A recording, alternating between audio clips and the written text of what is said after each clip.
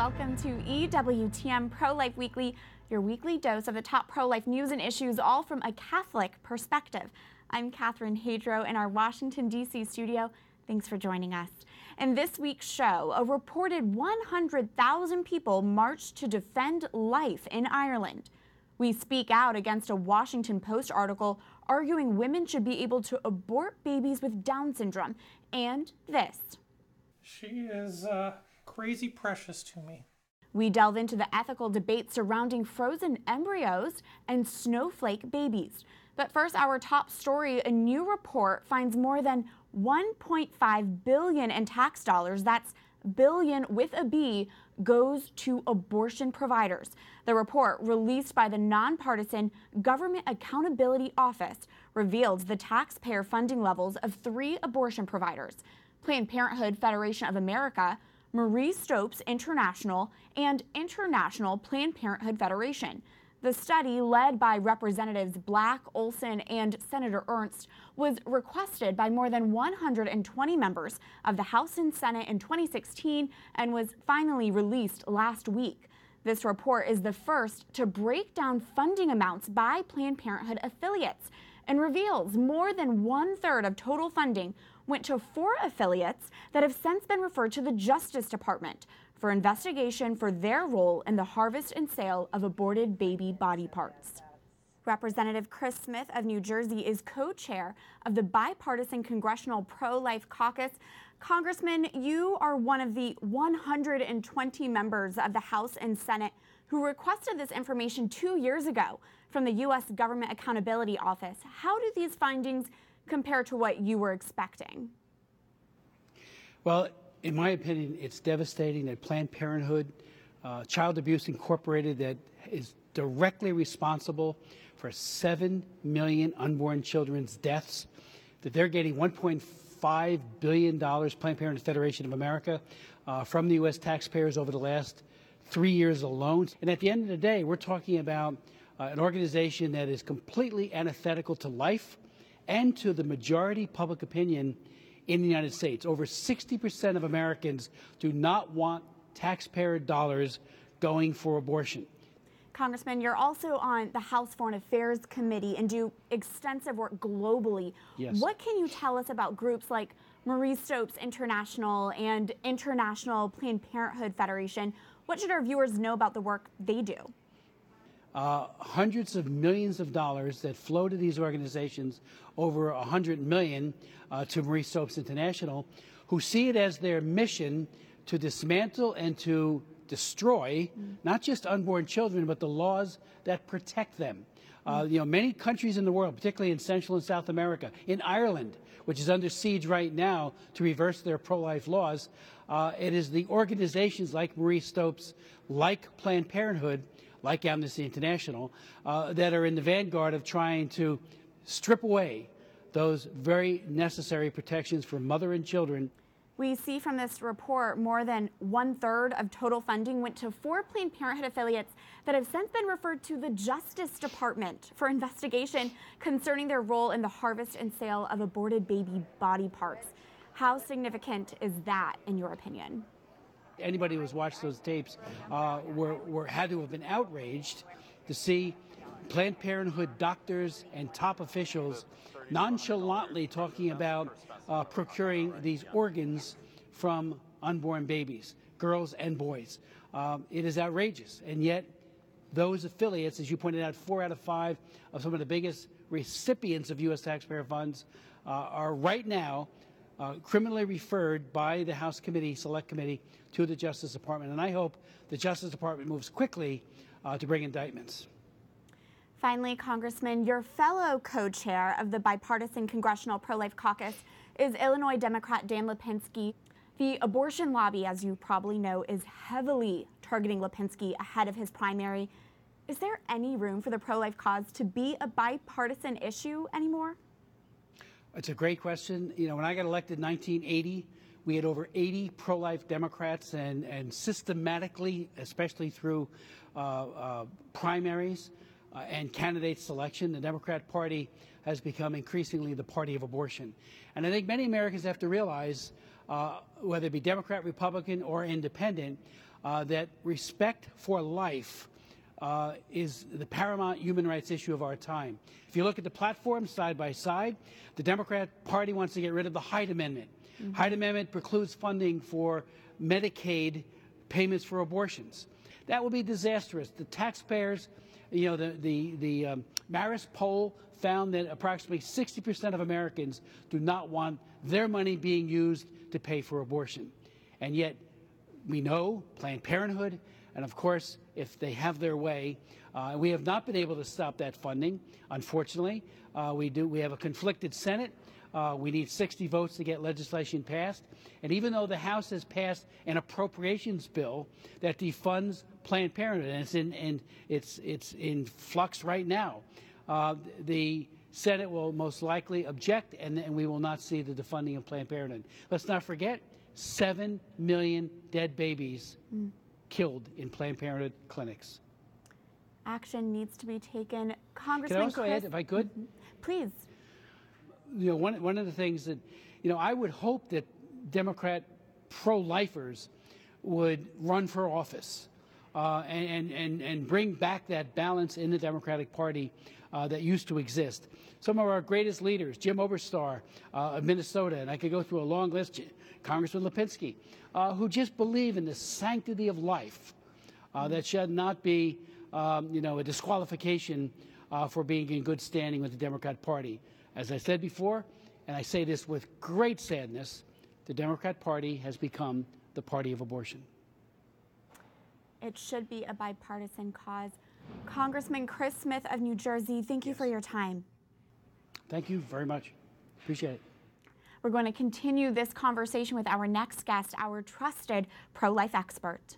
Marjorie Dannenfelser is president of the Susan B. Anthony List. Marjorie, a lot to discuss. Hello, Catherine. I know. I think Americans are going to be shocked to learn that more than $1.5 billion of their tax dollars went to the abortion industry. What did you make of this GAO report? Well, this report revealed some things that we do know, that over $1 million a day, 1.2 or $3 million a day goes to fund Planned Parenthood. Okay, we know that, right, but let's just let that sink in. 1.2 or $3 million a day goes to fund this abortion enterprise. So we knew that part. That is disturbing. But the other piece of it is that the bulk of that money goes to particular bad actors in California that have been particularly pointed out and are under investigation for part of the scandal of the baby body parts, you know, commodification of those babies. So they get the bulk of the money. They're doing bad things with that money, and we're a part of it.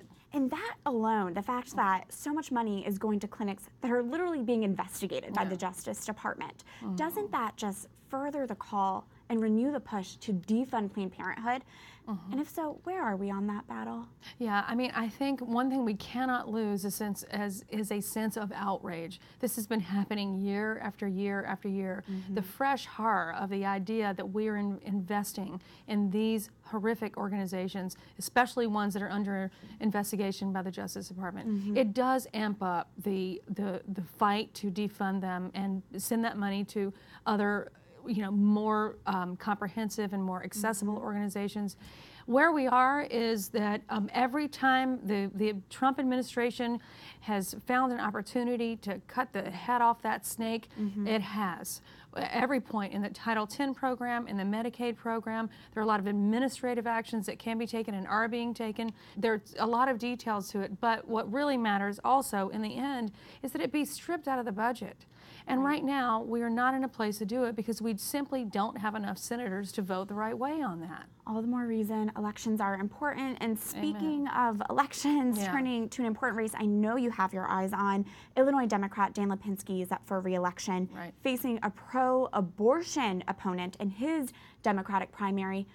Why is this race so important? It is a big deal. It is one of these big cultural shifts, one way or the other. I think no matter how you look at this race for Dan Lipinski, who was the one holdout, the one guy that did not sell out his soul and vote for Obamacare, even though it failed to protect taxpayers from funding abortion. He's the one holdout among all those guys. He deserves to be saved. He is a hero for life. He's standing up to the entire apparatus of the Democratic Party.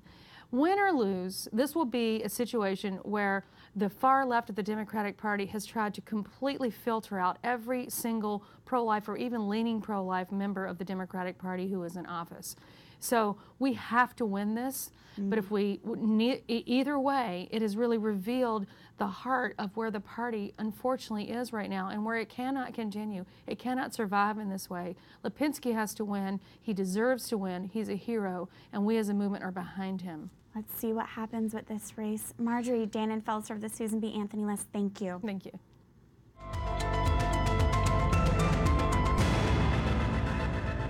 1 in 3 Democrats consider themselves pro-life, and yet the latest Democratic Party platform is the most pro-abortion in history.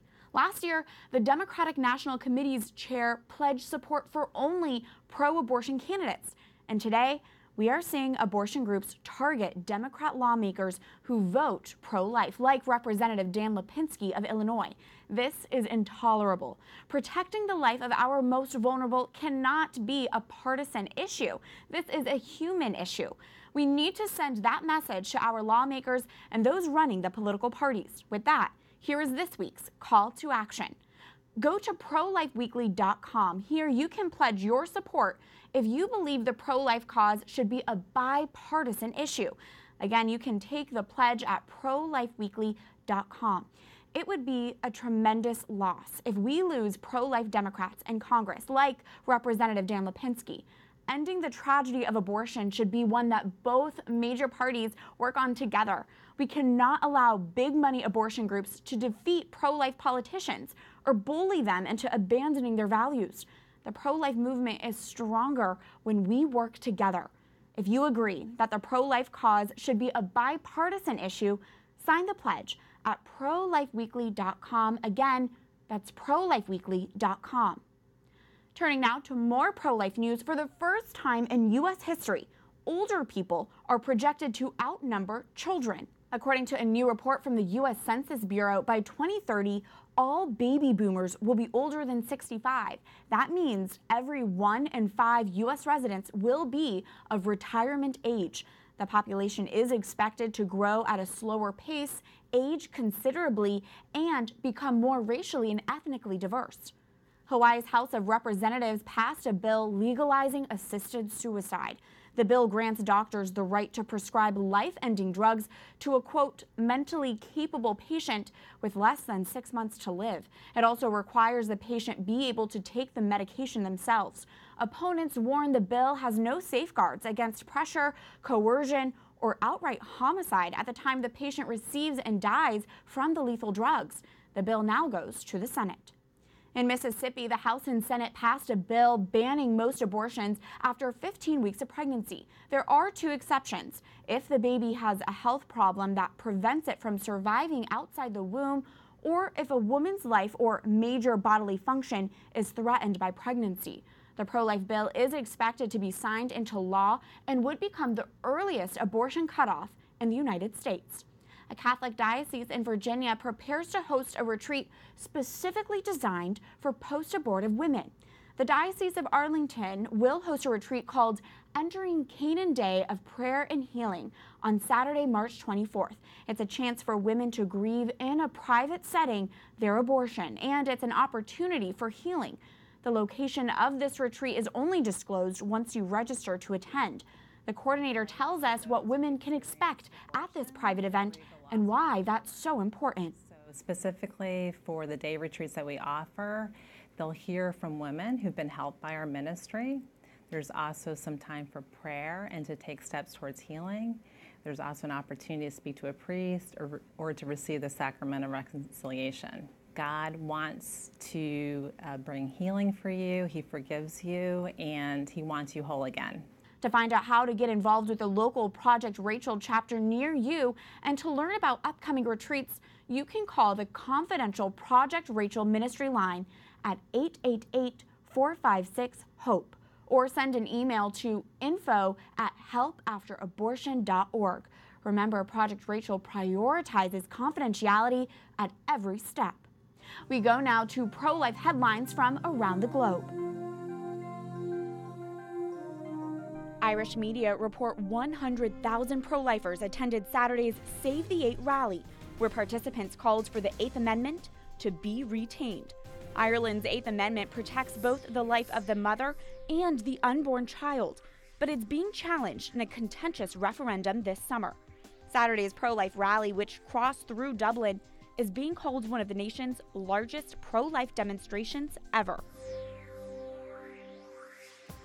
India's Supreme Court upholds a ruling to permit so-called passive euthanasia, allowing the removal of life support systems for the terminally ill or those in, quote, incurable comas.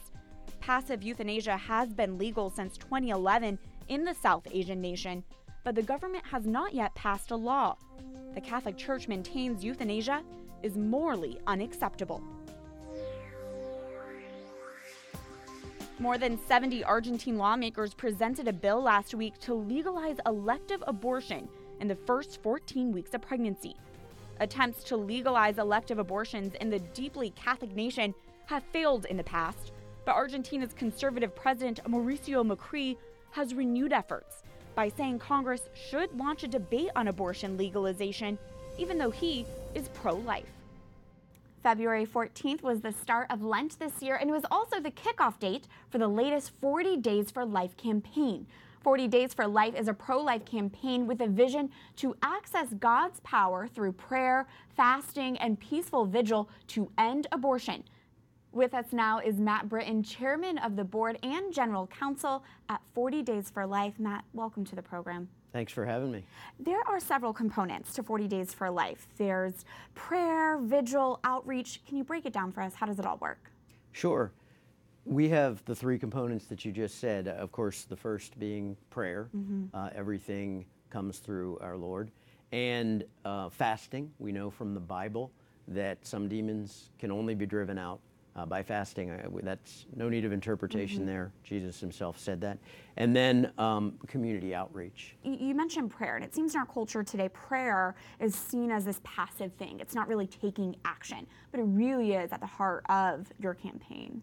Yeah, it's everything. You know, we do have to fight this battle in the courts, and we do have to fight it in the legislatures around the country. But frankly, tomorrow there will be new judges, and there will be new judgments, and tomorrow there will be new congressmen and congresswomen and legislators, and there will be new laws.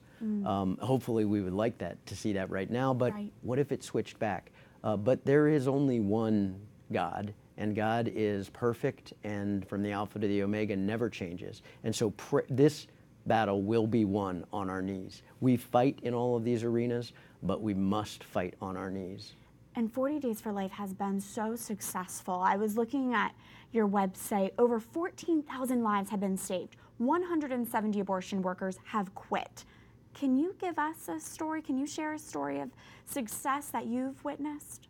Yeah, I mean, there are so many. It's amazing. And just this Lenten campaign, this spring campaign, the folks up in Minnesota and Wisconsin don't call it a spring campaign. So 40 days in Lent and 40 days in the fall we do this. You know, we have had 6 more closures, by the way, this campaign, and I think 16 workers have quit. And of course, for every closure and every worker that quits, can you imagine how many babies are saved? Absolutely. If I can say, I wasn't there when it closed, but an amazing is I have been to Ixtapalapa, which is a campaign in Mexico, and that was the first closure in Mexico as a result of a 40 Days for Life campaign. Incredible. And they say their prayers on loudspeakers. The priest came and he says Holy Mass right there at the door, and some of the abortion workers who were security guards, we saw conversions there. And this year, that campaign closed permanently. And that's the first one in Mexico. But there are so many stories. I would tell you that David B. Wright and I were in Baton Rouge, and we had just left. Unfortunately, we didn't witness this, but Cammie, the sidewalk counselor, told the story, and we were at a dinner later, and they told us about it. And the woman pulled up and went in and came out and went in and came out. It happened 3 times. And Cammie knocked on her window, and she rolled down her window, and she said, "Honey, what's going on in there?" You know, she had that cool Baton Rouge accent. And she said, "I've been in there 3 times, and the last time the abortion doctor himself came out, and they cannot get the needle to pierce my skin." And she said, do you want to go back in there? And she said, no, my mom and my boyfriend want me to go in there. And someone had donated, I think it was an old bank, and rehabbed it as a pro-life pregnancy center right next door. And of course, it was a nasty abortion clinic, just like they are, and it was a beautiful, she said, do you want to see your baby? And she said, yes, I do. And they went over to there and gave her the 4D sonogram pictures, and there were a whole host of other things, and that woman chose life. So I would point them to stories like that and get out there and see your own miracles. Absolutely. And finally, Matt, hearing this, for our viewers who want to get involved, what should they do? Well, they can go on 40daysforlife.com. We now have a magazine that comes out for, a lot of people pray at home and support us. Maybe they're ill or homebound or they're just afraid. But there's nothing to be afraid of. Just get out there and do something. We have the free magazine, if you'd like that. We have podcasts now. And we have so many resources up. We have an apologetics and really our daily emails and the devotional. People come up to me, that's the number one thing. Your devotional is fantastic. We had our rosaries, and a man stopped and he said, what are y'all doing out here? Of course, he didn't say y'all. He said, what are y'all doing out here? And I said, we're 40 Days for Life. We're praying to end abortion, and we fast. And he said, I'm on my lunch hour. I could fast. Wow. I saw your rosary. I'm Catholic. I could come out here. I'm going to get a bunch of people from my office just because we had the sign and the rosary out there. And so just go out one time. I tell you, if you go out for 1 hour, you'll be out there more. If folks really don't want abortion in their heart, they should go out for 1 hour out of 40 days. A beautiful part of the pro-life movement. Matt Britton with 40 Days for Life, thank you so much. Thanks for having us. When we come back.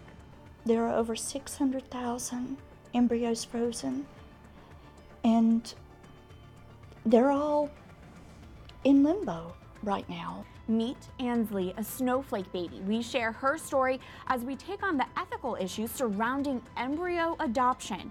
Stay tuned as EWTN Pro-Life Weekly continues after this break.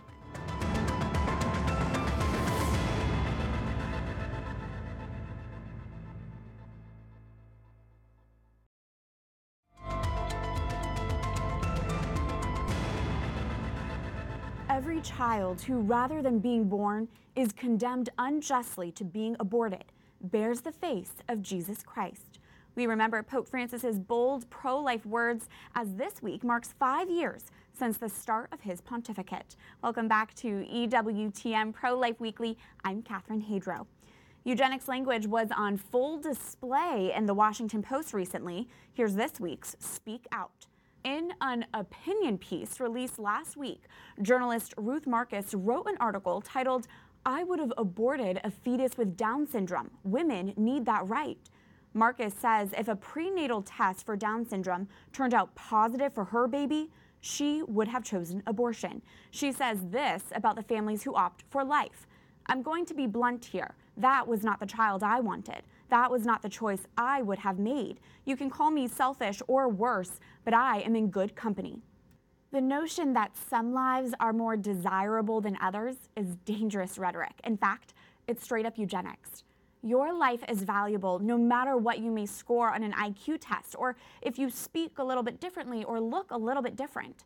As the Catholic Church teaches, the dignity of the human person is rooted in his creation in the image and likeness of God. People with Down syndrome are made in the image and likeness of God. This journalist bemoans Down syndrome as life-altering for the entire family. Yes, it's true. People with Down syndrome face unique difficulties and challenges, and their families will feel that impact. But if we start deciding lives should be killed simply because they are too inconvenient for the family, then none of us would be around. Every human being is life-altering for their family. When you were a baby, I'm sure your parents lost a lot of sleep. If you've ever been really sick, loved ones were likely more attentive to you. And when we are older and weaker, we will be more dependent on our family to care for us. We need to drop this concept. We can plan our parenthood, and we must welcome the gift of every person who is gifted to us and embrace the surprises in life. Remember, you can counter this culture of death by following this week's call to action. Go to prolifeweekly.com. Sign the pledge if you agree the pro-life cause should be a bipartisan issue. The church is clear in her teaching against in vitro fertilization. But today there's a new question. What should we do with frozen embryos created for IVF but then never implanted? In this next story, we take a look at embryo adoption and the ethical questions involved. Patty cake, patty cake. This beautiful baby girl is Ansley. Born only 1 year ago, at the time this video was taken, baby Ansley was already 7 years old. Ansley and me. In 2010, Ansley was frozen as an embryo, a stage in which the church recognizes as human life. There are over 600,000 embryos frozen, and they're all in limbo right now. She was born through what's known as embryo adoption. Embryo adoption is the process that was created 20 years ago by Nightlight Christian Adoptions as a way for people who have remaining embryos from in vitro fertilization to choose a family to adopt those embryos and give birth to them. Brittany Foitier and her husband Chris felt a strong desire to have a child, but we knew that I would not be able to conceive naturally. They're not alone. About 10% of women of childbearing age in the United States struggle with infertility. I think it was meant to be for us. I think that this was God's plan. He had a bigger plan in the bigger picture than we could ever imagine. Many couples may turn to in vitro fertilization for what they see as a solution. But as top Catholic bioethics expert Dr. Kevin Donovan explains, IVF is not compatible with church teaching. One of the reasons the church condemns IVF is because they produce more embryos than are necessary and then frequently store the excess embryos, freezing them until they can be used. But for a significant number of those who've been frozen, they're never going to be used. The doctor was extremely respectful. The option to do in vitro, just as I would have before, but in my talks with this doctor, I explained that I just didn't believe that that was right for my husband and I. And I felt that, with snowflakes, that we could give a life a chance that way, that have already been created, instead of doing something totally new for, my own benefit. I thought this would be a true adoption. It's a way to save young lives. But whether Catholics should utilize IVF technology to implant an already existing frozen embryo is a dilemma that divides Catholic ethicists and an issue that remains unresolved. It's a really difficult question that even Pope John Paul II, a saint, could not resolve, did not attempt to resolve. So the Catholic Church hasn't resolved this yet either. But the Foitier family has made up their mind. We have a responsibility to do for those embryos. While embryo adoption remains a complicated subject in today's age, what is clear is the amount of love these parents have for their little Ansley.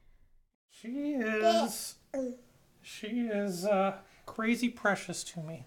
And the amount of love she has for them. What a fascinating topic for our time that I'm sure Catholics will continue to discuss. That's it for this edition of EWTN Pro-Life Weekly. If you have any questions or comments, you can reach us anytime. Just send an email to prolifeweekly@ewtn.com. I look forward to seeing you all here again next week. Remember, life is a gift. Your life is a gift. God bless.